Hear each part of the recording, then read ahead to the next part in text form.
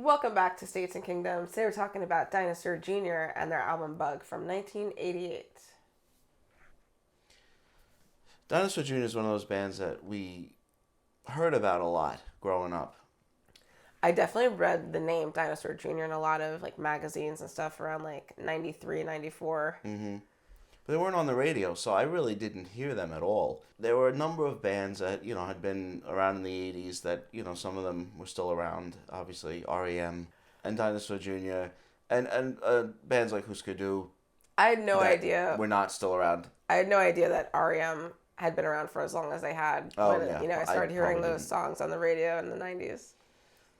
They were so influential, and there were a lot of bands that kind of sounded like them.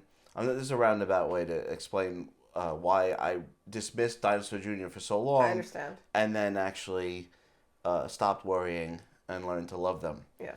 And so there's just a lot of bands that had that kind of sound, and I really wasn't a fan of that in the mid-90s. By the time, mid-90s. By the time the mid-90s hit and that sound was so dominant, it was so mainstream. That sound to me was mainstream bands that I wasn't into. Mm-hmm. It was so common, and I didn't realize at the time that it was actually the sound from almost 10 years earlier. That was when it was truly the alternative. Yeah. To the main, whatever. Yeah. No, I mean, it's true. I didn't realize that. I didn't know. I mean, why would we? We were just little babies. Yeah, exactly. We were tiny. I was only 23. But yeah, it took me a long time. And with REM, I've said this before. I mean, I love the 80s REM stuff. I still struggle with the 90s. Yeah. It's still something that I'll have to return to and. Yeah, it's not the right time yet. Well, that's the thing. We always do this. I mean, we never write anything off. Well, a couple of things.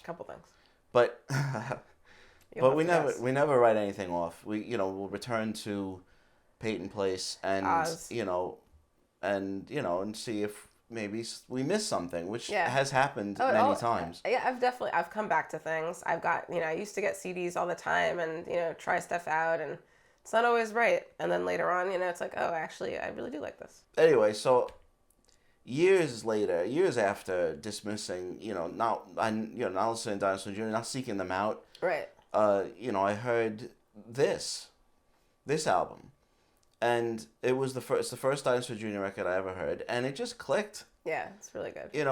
There are a number of things on this record. I mean that I should have enjoyed even at the time. The guitar. Yes, obviously the guitar is awesome. I mean, it's like a bed of noise to rest on, and it's really, there are a number of bands, of course, I could say that for, that I really like. Well, there's a sonic youthiness.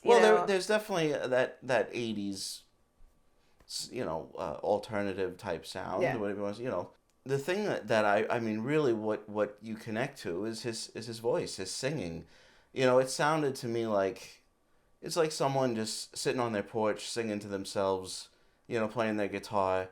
But I think that's what was actually happening. Well, but with, with this incredibly loud, explosive guitar coming at you. Yeah. Behind him on the porch. 3 full stacks, coming at you. And that the dynamic of introverted and completely extroverted, loudness and yeah, totally. It's very satisfying. The drama of it, real kind of primordial drama of the sound. Yeah, because his vocal does have a down home kind of earnest kind of hominess, reedy country sound. Yeah, so that mix is really really interesting. Yeah, and I mean I'm a fan of older country music. I don't know what Garth Brooks. Not that older than that. Reba McEntire. That's Conway it. Twitty. That's it. Conway Twitty. Yes, Conway Twitty. You speak the truth, my faithful Indian companion. No, but Shania Twain. Okay. But I'm a fan of country music. I've listened to it more than you have. And I love, listening to folk music. I love hearing those things made new. And in the 80s, almost miraculously, you do hear these bands that are making it new, in a way that in a way similar to the way the bands in the 60s did. You know, REM is, of course, I mean, the perfect example of that. And Dinosaur Jr. doing, you know, this extremely sometimes dissonant and loud, you know, country music from someone that it sounds like kind of a mix of Pete Townsend and Droopy. You know, I mean, not, and I mean that with all I was waiting love. To see where you're going with that. But I mean, you know, it's a to me, it's kind of an irresistible combination. I love Dinosaur Jr.'s sound, and particularly this album's sound. I do like a couple of their albums almost equally well. Where You Been? Where You Been? That's really good. It is really good too. I might like them both equally at the moment. Yeah, I love that album, and the one before this. And we listened to both of them a lot recently in preparation. Yeah, I mean, because we do that. I don't know. You just tend to listen to more than just one album. You listen to all their albums. So that's why we instead of focusing on one thing, that's why we're so confused. We can talk about all of them. That's why we get so confused when we're doing these videos. What album we talk about? Yeah. Anyways, this is my favorite Beatles record. Anyway, no, I mean, you know, I was thinking about what it is about this record as far as, you know, why this one. I mean, obviously the first one that I heard, so it was my introduction. It's the one that I became enamored of. And you have more to say there? No, I just. What else did you do? I was slightly embarrassed I put it that way. Yeah. There are some incredible melodies on this. To me, the melodies are a bit more refined than on. Defined.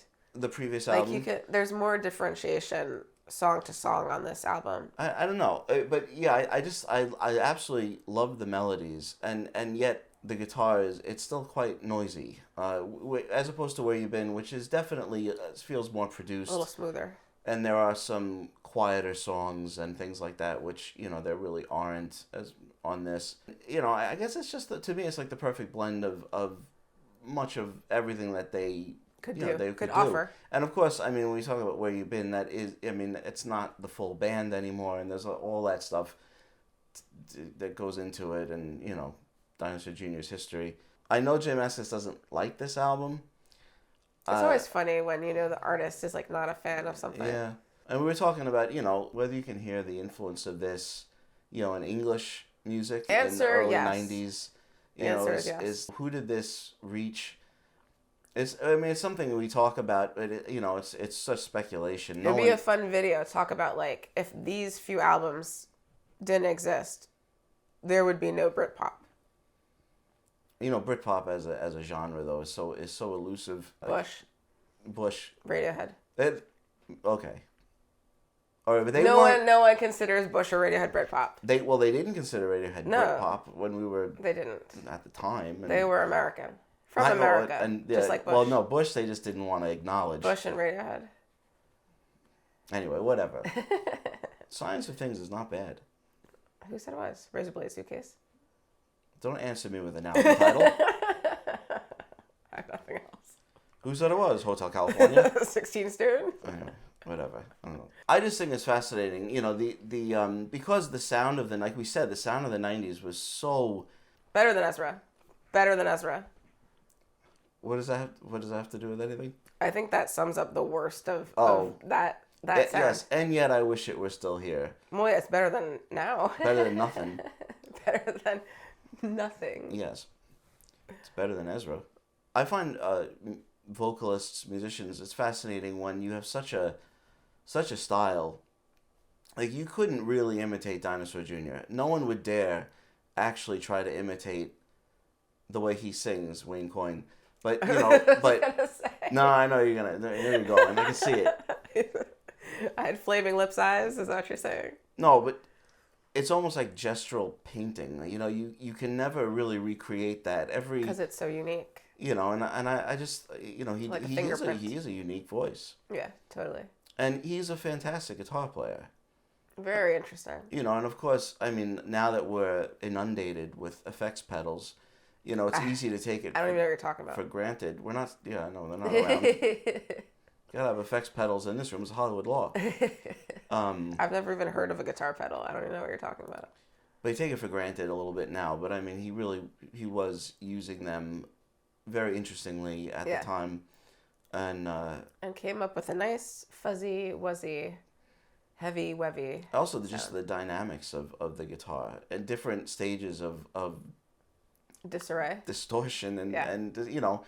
It's such a satisfying blend of like dissonance and harmony and melody, and it is really fantastic. This album, it's not just this album, of course, but this album is just an incredible mix with like very distinct, beautiful melodies and catchy tunes. Very intimate, it's got really everything. Very intimate singing. Yeah, I think very easy to connect to Jay Mascis, to his voice. You just feel like he's singing to you. It's one of those voices, you know, like people say about like Gene Kelly, but it's actually about Fred Astaire. You know that you know it's like they're talking to you. It's very intimate feeling, and it's just very easy to connect to a singer like that. Yeah, and that's how I sing. You sound just like Jay Mascis when you sing. It's true. When I have a cold, I do. Mind your step, sir. Have a nice day, sir. Anyway, so I would recommend this to anyone who hasn't listened to it or hasn't listened to it in a while. And it's an album to listen to a lot. It really let it get in there. And now we're going to go listen to Better Than Ezra. And then make an apology video. We got Gin Blossoms, Toad the Wet Sprocket. No, I didn't. Gin Blossoms are that sound, but better than Ezra. That's true. Yeah. Who else can you insult? Well, give me some time. Thank you so much for watching our brief discussion of Bug. Make sure to let us know what you think of this album in the comments. Like this video. Subscribe to States and Kingdoms. And we'll see you next time.